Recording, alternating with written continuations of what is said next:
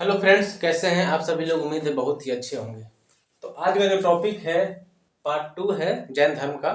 इसके पहले वीडियो में हम बात किए थे पार्ट 1 में कि जैन धर्म के संस्थापक कौन है ना। जैन धर्म से संबंधित बहुत सारे रिलेटेड फैक्ट्स है, उसके बारे में हम चर्चा किए थे। तीर्थंकर के कितने होते हैं, कौन कौन तीर्थंकर थे, है ना, किसका विशेष महत्व है, उसके बारे में चर्चा किए थे।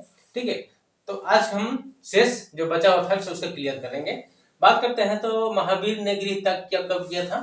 तो 13वें वर्ष में, 13 वर्ष की आयु में उन्होंने क्या हुआ था, अपना गृह त्याग किए थे। 12 वर्ष के बाद 13वें वर्ष में। और इनको ज्ञान की प्राप्ति कहाँ हुई थी, साल वृक्ष के नीचे। कहाँ हुआ था, साल वृक्ष के नीचे ज्ञान की प्राप्ति हुई थी। और किस नदी के तट पर, तो निरंजना नदी के तट पर। ऋजुपाल का निरंजना में कौन था, निरंजना में था बुद्ध भगवान की बोधि महाबोधि वृक्ष के नीचे निरंजना नदी तट पर ज्ञान की प्राप्ति हुई थी। जबकि दोनों में अंतर पूछ देता है कभी कभी कि जैन धर्म में ज्ञान की प्राप्ति कहाँ हुई थी, तो ऋजुपालिका नदी के तट पर जैन धर्म में महावीर को ज्ञान की प्राप्ति हुई थी। ठीक है, याद रखना है, साल वृक्ष के नीचे। और बौद्ध धर्म में बौद्ध वृक्ष के नीचे, महाबोधि वृक्ष पीपल के वृक्ष के नीचे ज्ञान की प्राप्ति हुई। तो ये ज्ञान की प्राप्ति के पश्चात ये क्या कहे, जिन या विजेता कहला। क्या कहला, जिन या विजेता कहला। कौन, महावीर, है ना। और विजेता जब ज्ञान की प्राप्ति होगी तो क्या कहे, इन्हें जिन या विजेता या आहर्ता इनको कहा जाता है, आहर्ता या निर्ग्रंथ। ठीक है,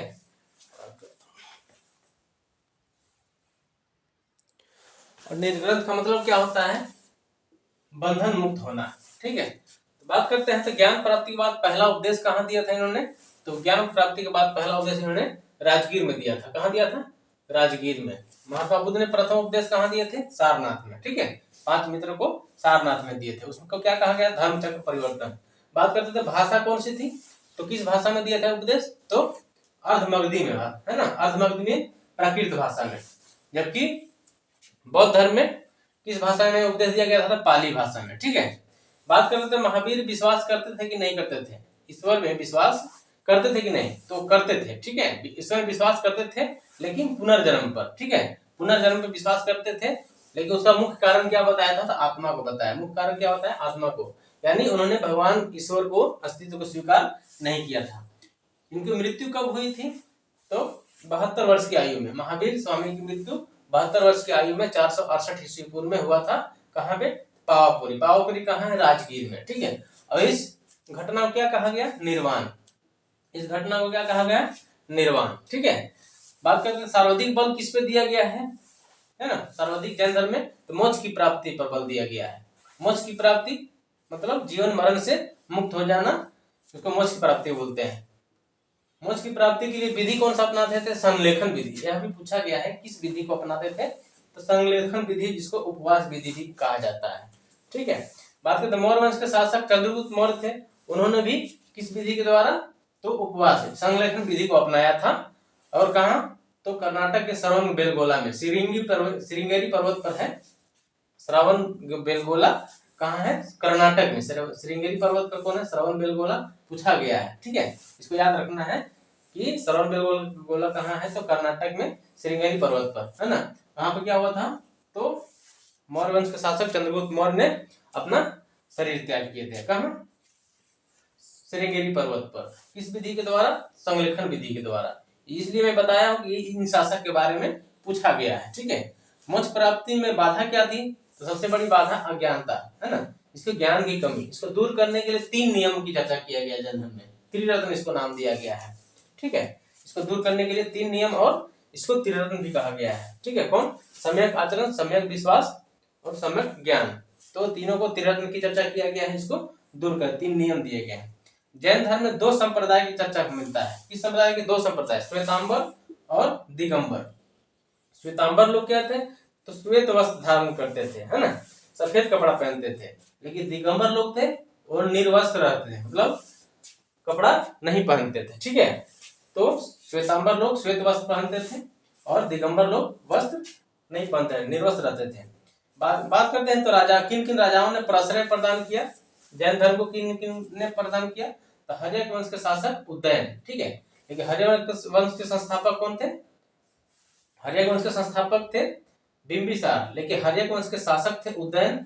उदयन ने ही जैन धर्म के प्राश्रय प्रदान किया था। नंद वंश के शासक थे महापद्म नंद, ठीक है, इन्होंने भी जैन धर्म को प्राश्रय प्रदान किया था।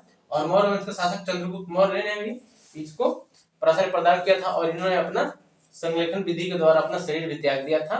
और कलिंग नरेश खारवेल भी जैन धर्म को प्राश्रय दिया था, ठीक है। यहाँ से क्वेश्चन बनता है कि किन किन राजाओं ने जैन धर्म को प्राश्रय प्रदान किया था, ठीक है। तो हर्यक वंश के राजा उदयन, ठीक है, नंद वंश के शासक महापद्म नंद, मौर्य वंश के चंद्रगुप्त मौर्य और कलिंग नरेश खारवेल, ठीक है। कभी कभी एग्जाम पूछ देता है कि इनके समकालीन, मतलब महावीर स्वामी के समकालीन, जैन धर्म के समकालीन कौन कौन शासक थे। तो मगध नरेश बिंबिसार, ठीक है, उसमें शासक कहाँ शासन था, तो मगध नरेश बिंबिसार, जो कि बिंबिसार ने हर्यक वंश का स्थापना किया था। कौशल नरेश प्रसेनजीत, है ना, कौशल कहाँ है, उत्तर प्रदेश में। कौशल की राजधानी श्रावस्ती थी, एक महाजनपद था, ठीक है। तो कौशल नरेश प्रसेनजीत और मगध नरेश बिंबिसार इनके समकालीन थे, ठीक है, किसके, महात्मा महावीर के, ठीक है। कभी कभी मंदिर के बारे में पूछा जाता है कि 3-4 मंदिर है, उसको याद रखना है, जो हर बार एग्जाम में पूछा जाता है, ठीक है। तो मंदिर के बारे में याद रखना है कि प्रसिद्ध मंदिर है खजुराहो। खजुराहो कहाँ है, मध्य प्रदेश में। बहुत बार एग्जाम में पूछा गया है कि खजुराहो मंदिर कहाँ है, मध्य प्रदेश में। इसका संबंध कहाँ है, संबंध किससे है, तो यह विश्व प्रसिद्ध मंदिर है। हिंदू धर्म जैन धर्म दोनों से संबंध रखता है, यानी हिंदू धर्म भी रहते हैं वहाँ, हिंदू धर्म के मंदिर और जैन धर्म दोनों का मंदिर है, ठीक है। बात करते हैं तो चंदेल शासकों ने ही इसका निर्माण करवाया था। खजुराहो मंदिर का निर्माण किसने करवाया, तो चंदेल शासक ने ही इसको निर्माण करवाया था।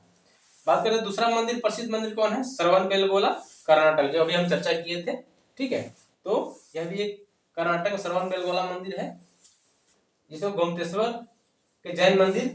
श्रवणबेलगोला में कौन सा, गोमतेश्वर के जैन मंदिर, इसका निर्माण किसने किया था, तो चामुंड राज के द्वारा इनको नाम निर्माण किया गया था ना। चामुंड राज शासक थे वहां का, कर्नाटक के, उसमें उन्होंने इसका निर्माण किया था, किसका, श्रवणबेलगोला में गोमतेश्वर के जैन मंदिर का निर्माण किया था, ठीक है। तो ये पूछा, खजुराहो से पूछा जाता है, गोमतेश्वर से। एक सबसे बेहतरीन सवालों में से एक सवाल यहाँ आपको बता रहे हैं, दिलवाड़ा का जैन मंदिर। सबसे अगर अधिक बार मंदिर में से क्वेश्चन पूछा गया है तो दिलवाड़ा का जैन मंदिर ज्यादातर पूछा जाता है, ठीक है। तो आपको याद रखना है दिलवाड़ा का जैन मंदिर कहाँ है, तो राजस्थान में है। राजस्थान में कहाँ है, तो माउंट आबू पर्वत पर है, ठीक है। इसके निर्माण किसने किया था, तो सामंत विमल ने इसका निर्माण करवाया था, ठीक है। इस तरह से आपको याद रखना है 3-4 मंदिर के, है ना, खजुराहो, श्रवणबेलगोला, दिलवाड़ा जैन मंदिर, ठीक है। तो ये तीनों में सबसे प्रमुख दिलवाड़ा का जैन मंदिर है, जिसके बारे में पूछा जाता है कहाँ है, ठीक है। बात करते हैं जैन सम्मेलन भी हुआ था, इसमें 2 सम्मेलन हुआ था। वो जैन साहित्य जब हम टॉपिक पढ़ा रहे थे उसमें बताए थे कि 2 जैन सम्मेलन हुआ था। प्रथम जैन सम्मेलन 322 ईस्वी पूर्व में हुआ था, जबकि कहाँ हुआ था, पाटलिपुत्र में। दूसरा जैन सम्मेलन कहाँ हुआ था, वल्लभी गुजरात में, ठीक है, वल्लभी गुजरात में हुआ था। इसकी अध्यक्षता कौन किया था, तो प्रथम की अध्यक्षता स्थूलबाहु ने किया था, जबकि दूसरी की अध्यक्षता देवाधीश रमन ने किया था, ठीक है। तो प्रथम जैन सम्मेलन में क्या हुआ था, प्रथम जैन सम्मेलन श्वेतांबर और दिगंबर 2 भागों में बट गए थे, ठीक है। श्वेतांबर लोग श्वेत वस्त्र धारण करते थे और दिगंबर लोग निर्वस्त्र रहते थे। द्वितीय जैन सम्मेलन में क्या हुआ था, तो द्वितीय जैन सम्मेलन में धर्म ग्रंथ के बारे में लिपिबद्ध किया गया था, ठीक है। तो ये छोटा मोटा जो आपको फैक्ट बनता है, जो एग्जाम में पूछा जाता है, वो हम क्लियर किए। जैन धर्म में पार्ट 1 और पार्ट 2 दोनों मिला करके अगर आप कवर कर लेंगे तो उम्मीद है यहाँ से जैन धर्म से संबंधित कोई भी क्वेश्चन नहीं छूटेगा। तो चलिए मिलते हैं फिर, जैन धर्म इतना ही रहने देते हैं, फिर मिलेंगे कोई नेक्स्ट टॉपिक पर।